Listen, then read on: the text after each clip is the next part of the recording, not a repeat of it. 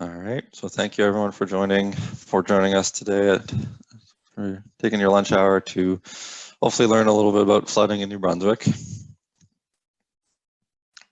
So today I will talk about general flooding in New Brunswick. I will then go more towards the inland side of flooding and talk specifically, the majority of my presentation will talk specifically about the 2018 spring flooding that occurred. And then I'll briefly compare the 2019 spring flooding and the 2018 spring flooding. And then talk a little bit about the tools that we have here at ELG that might be useful to you, and a little time for question and discussion.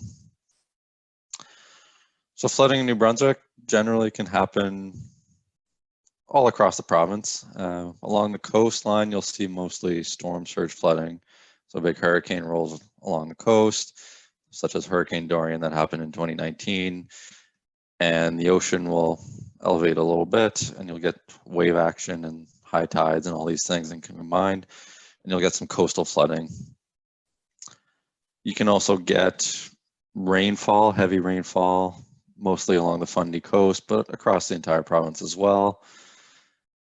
In the middle of the province is typically more prone to ice jamming, so such as Perth, Andover, the Tobic watershed as well. The Nashwaak is, of course, subject to ice jam flooding as well. You have some like Middle River and Bathurst as well that are more subject to ice jam flooding.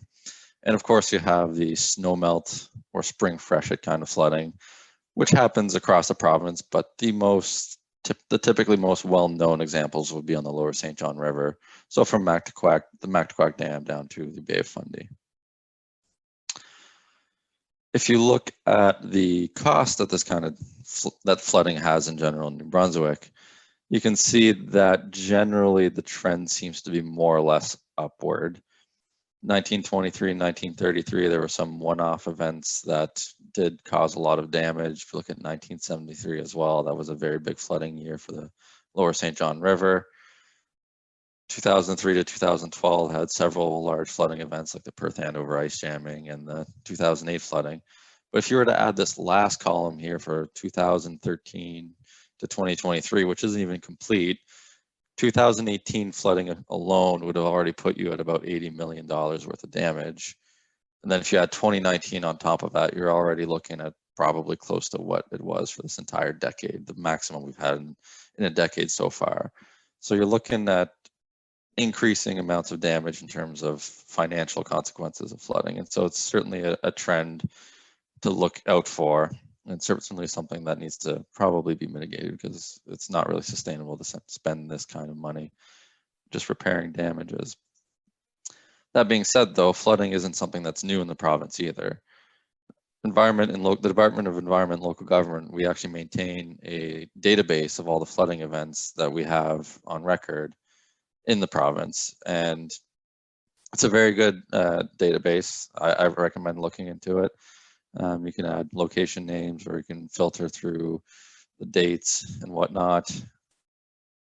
It's certainly something that I would recommend looking into. If you just Google or whatever search engine you want to use, flood history database New Brunswick, it'll come right up. So the first entry, I always like to point this one out, is actually in 1696, and there's a record that says a late and very high freshet caused late planting and crop failures at Gemseg. And so, I mean, even hundreds of years ago, flooding was an issue. I'd also like to point out the second one, which is 5 years later, that says the French settlement at Gemseg was abandoned and moved to Port Royal, Nova Scotia. So 5 years later, they decided we're done with flooding, we're going to move. So they figured out 100 years ago or hundreds of years ago, that flooding was going to be a problem.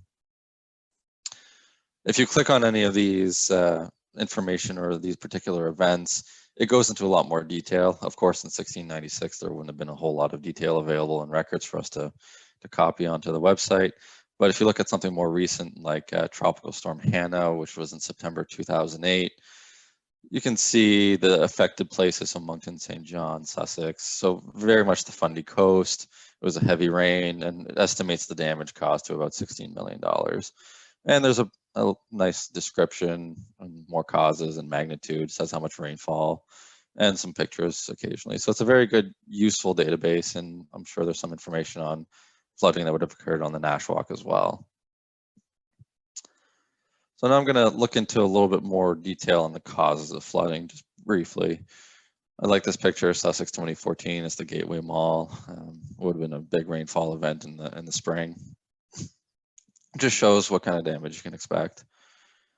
So one of the causes of flooding, so this is an example of a hurricane coming up the coast. So something like a hurricane can really cause a lot of rain to fall over a day or two. So you can get upwards of 100 millimeters of rain, even more. And that kind of thing can really overwhelm smaller rivers for sure, but also something like the St. John River, which is a larger river. If you get widespread rain in that kind of quantity, it can certainly cause some impacts. It can also really impact local drainage systems as well, like storm sewers and all those kinds of things. You can also get much more localized storms. This is an example from August 17th, 18th, I think 2019. So most of the province wouldn't have gotten a whole lot of rain, but in the Sussex area, they would have gotten over 100 millimeters of rain. Something like that can really cause a smaller river like Trout Creek, for example, that goes through Sussex can really cause that to rise very quickly and go up and down and really cause quite a bit of damage.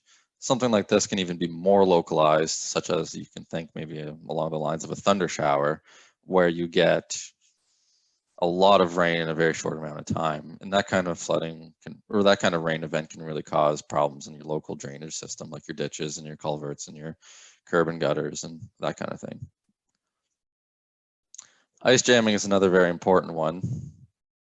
We typically get that in certain areas of the province. The St. John River, not so much, at least not the lower part, and a lot of the southern parts wouldn't have enough ice to really cause issues.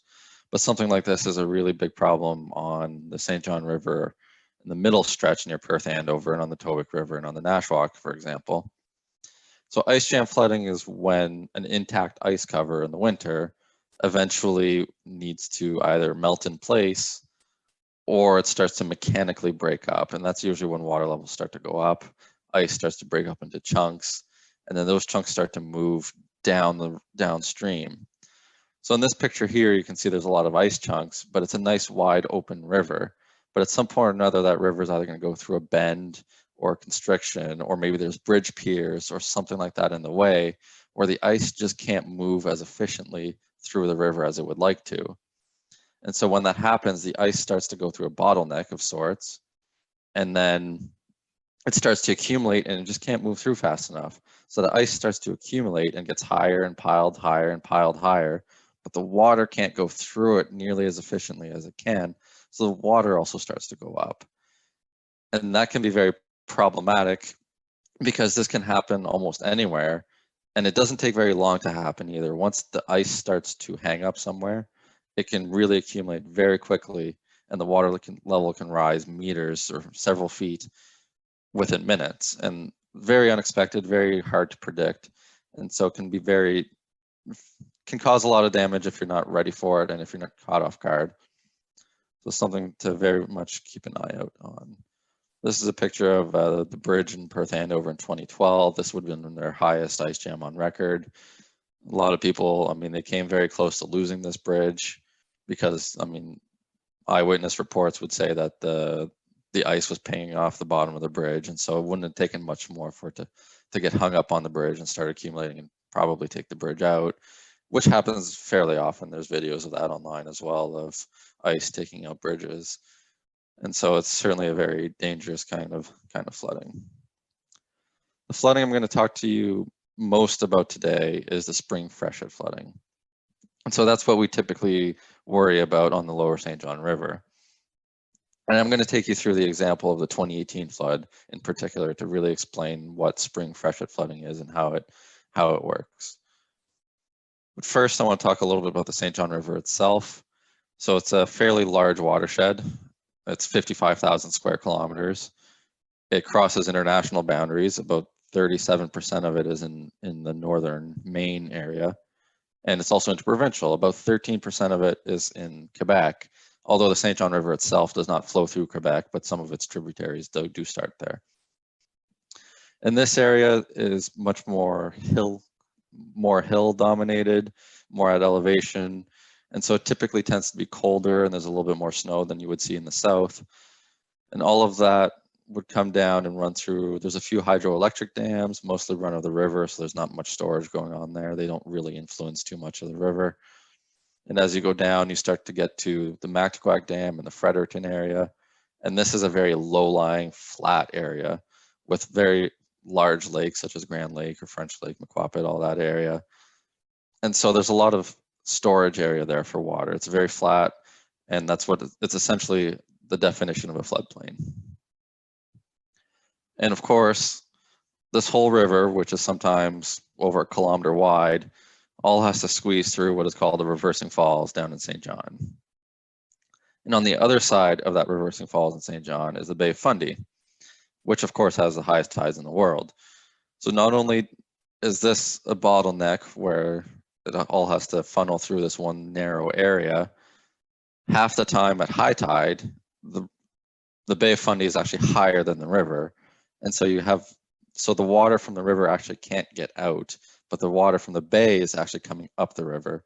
And at low tide, that reverses, and so the river drains back into the Bay of Fundy.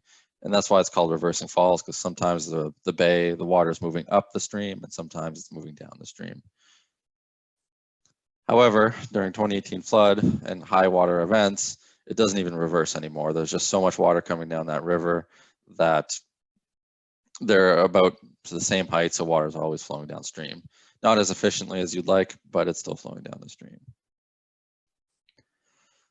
So what happened in 2018? Well, I'm going to start in mid-March to give you a little bit of a picture.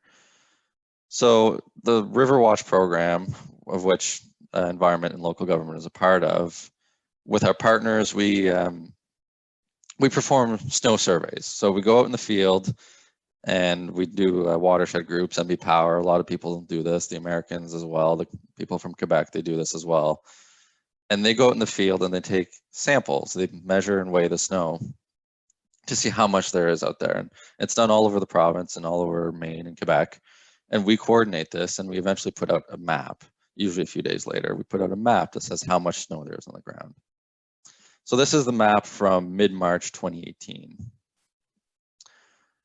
If you look at this map, we're actually talking about snow water equivalent. You can talk about snow depth, but that's not as important to us because not all snow is equal. You can get light, fluffy snow, which doesn't weigh much and there's not much water in it, or you can get that thick, wet, heavy snow. And so all snow is not the same, but when you talk about snow water equivalent, we kind of even it out. So snow water equivalent, in other words, is essentially, if you were to melt that snow, how much water would come out of it? So if I say there's 50 millimeters of snow water equivalent, that means if I were to melt all of that snow, it'd be the same as if it had rained 50 millimeters. And so for us, it's much more important to know how much water will come out of it than really to know how deep it is. But if you look at this mid-March, and this is a percent of normal. So in mid-March, if you look at compared to the normal, it was around the 100% of normal, which means it was perfectly average. It was just an average year up till that point. There wasn't more snow than normal. There wasn't less snow than normal. So you're looking, this lighter blue color is maybe 76 to 100, and then this other blue is a 100 to 125. So there's a few spots where there's maybe a little bit more, a little bit less. But on the whole, so far in March, mid-March, it's about average. So there's no more snow than usual. However, if you look at April, what happened in April? Well, April 3rd, we had record-setting low temperatures across New Brunswick. Day later, we had about 20 to 30 centimeters of snow reported generally across the province, with some even locally 41 centimeters locally in Doyleville. And so that's a lot of snow to be adding on top of this pile. Even a week later, more record-setting cold. So minus 20 in Edmundston on April 10th. That's very cold for mid-April. And even next week after that, you're looking at several hours of freezing rain and ice pellets. So that's just going to sit on top of the snowpack. So the picture I'm trying to paint here is that usually in April, across the province, you start melting snow. You get maybe a few days of 5-10 degrees during the day, and then maybe it goes down to 0 at night and freezes up again. But you start to get rid of some of that snow, and it starts to melt gradually. So it can flow through the river and out to the Bay of Fundy, no problem, doesn't cause any flooding. It's just a nice gradual melt. But in this case, in 2018, you're looking at, excuse me, you're looking at not only are you not melting snow, but you're adding onto the pile. So when you look at the snow, the state of the snowpack in mid-April, it tells a very different picture, or it tells a very different story. Now you're looking at significantly above normal in the middle part of the basin. You're looking at twice as 200% of normal. So twice as much snow as there normally would be in these areas. And for the most part, it's at least 50% more than than the average for this time of year. So it's starting to tell a very different picture. We're now well above normal in terms of snow. And if you want to look at just the hard numbers as to what that is, all this pink and purple, that's 200 and upwards of 250 millimeters of snow water equivalent just sitting up there in the basin waiting to melt. So it's the same, if that were all to melt, it would be the same as a 250 millimeter rain event. So you can imagine if we got 250 millimeters of rain tomorrow, it would cause some serious issues. So at this point, you can say, well, I mean, it's mid-April and there's a lot of snow there. I mean, we're starting to get a little worried. So what's why aren't you warning people right now? What's happening? Well, the thing is with this is that it can still go either way. It's still mid-April, it's still early. You can still get that nice gradual snow melt that we want to see. We always call it the maple syrup weather, where you get high temperatures during the day and then freezing at night. And though you can still have all of this melt gradually, not get any rain, and not have any problems at all. The other way it can happen is what we saw in 2018, and I'll take you through that here, is that we went from winter to summer overnight, essentially. April 24th, it was over 20 degrees for southern and inland New Brunswick. And so this is a map of how much, it's a model, of course, it's just estimated, but you're estimating how much snow is actually melting. And so if you look at April 24th, this red color here that you see generally is about 25 to 35 millimeters in a day. So it's per 24 hours. Up in the Gaspésie area in Quebec, there was almost no snow melt. It was still too cold up there. But as you move into the St. John River Basin in Maine, you're looking at 20 to 30 millimeters of snow melting that day, which isn't too terrible. But if you look at the next day, it's still above 20 degrees. And all this dark red here, that's over 50 millimeters of snow melting. So that day, even without any rain, it's the same as if it had rained 50 millimeters that day. And I have to point out too that it's over 50 millimeters because it's literally off the chart. This is higher than any chart has ever seen. Like it's just a lot of snow melt. And so you're looking at already in these 2 days, 30 and at least 50. So you're already looking at 80 millimeters of snow melting. And this keeps going. So the next day, you're looking at another 35 to 50. So let's say 40. And this next day, it's starting to slow down a little bit. You're still looking at over 20.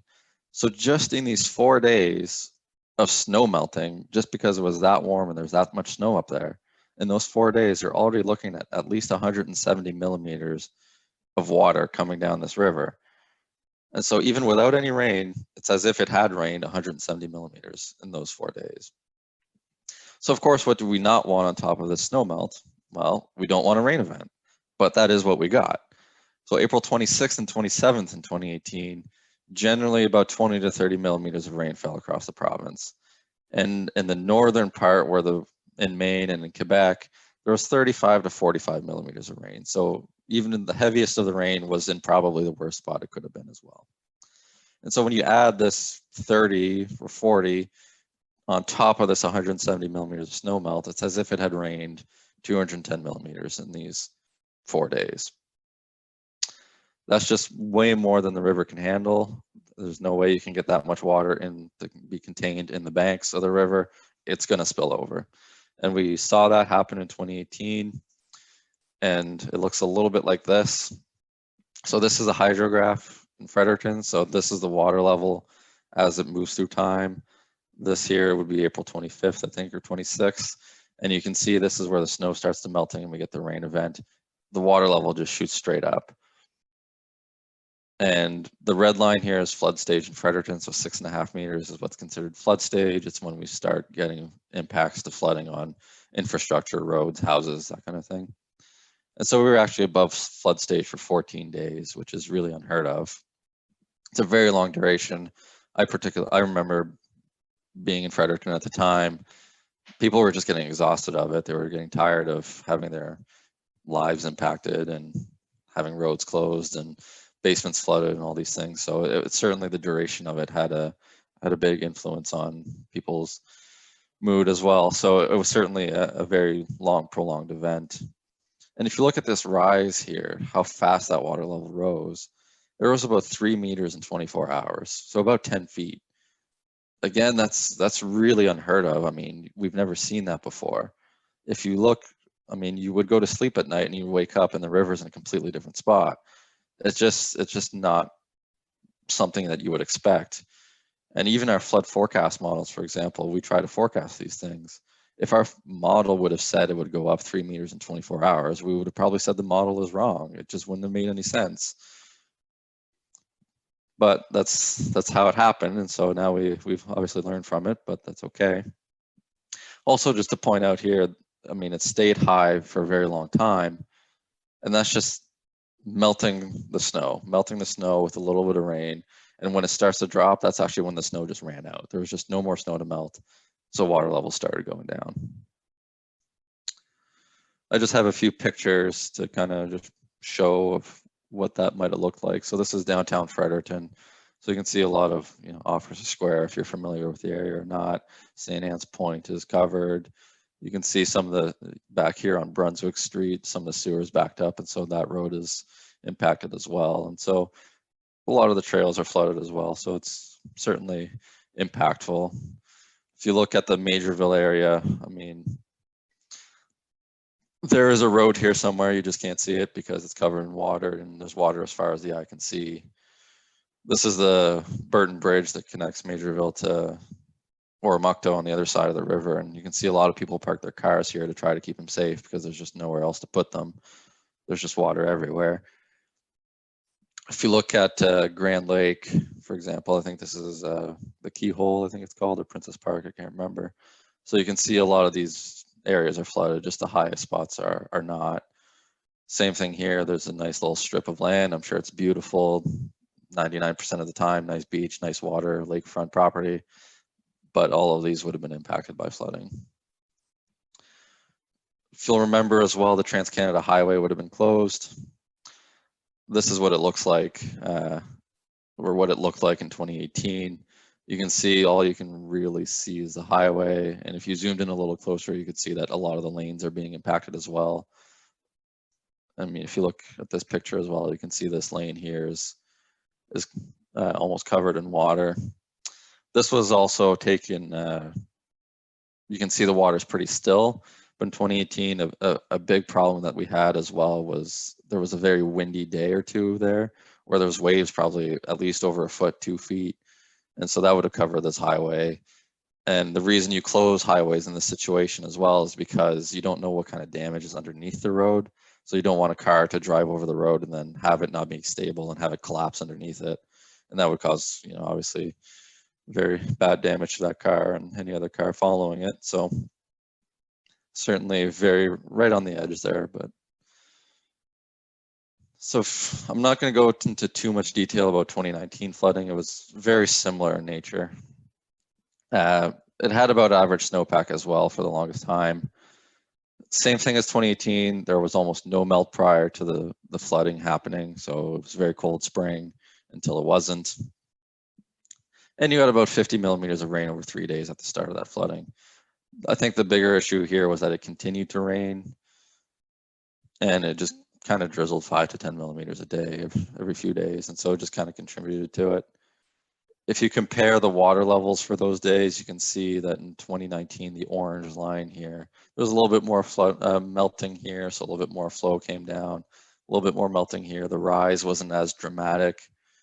But if you look at 2019, once you hit the peak, it started getting a little colder, maybe 5 degrees as max. And so you weren't getting as much snow melt. So the snow melt was much more gradual And so the water level kind of went down a little faster, but it hung around a little bit longer because there was still snow to melt.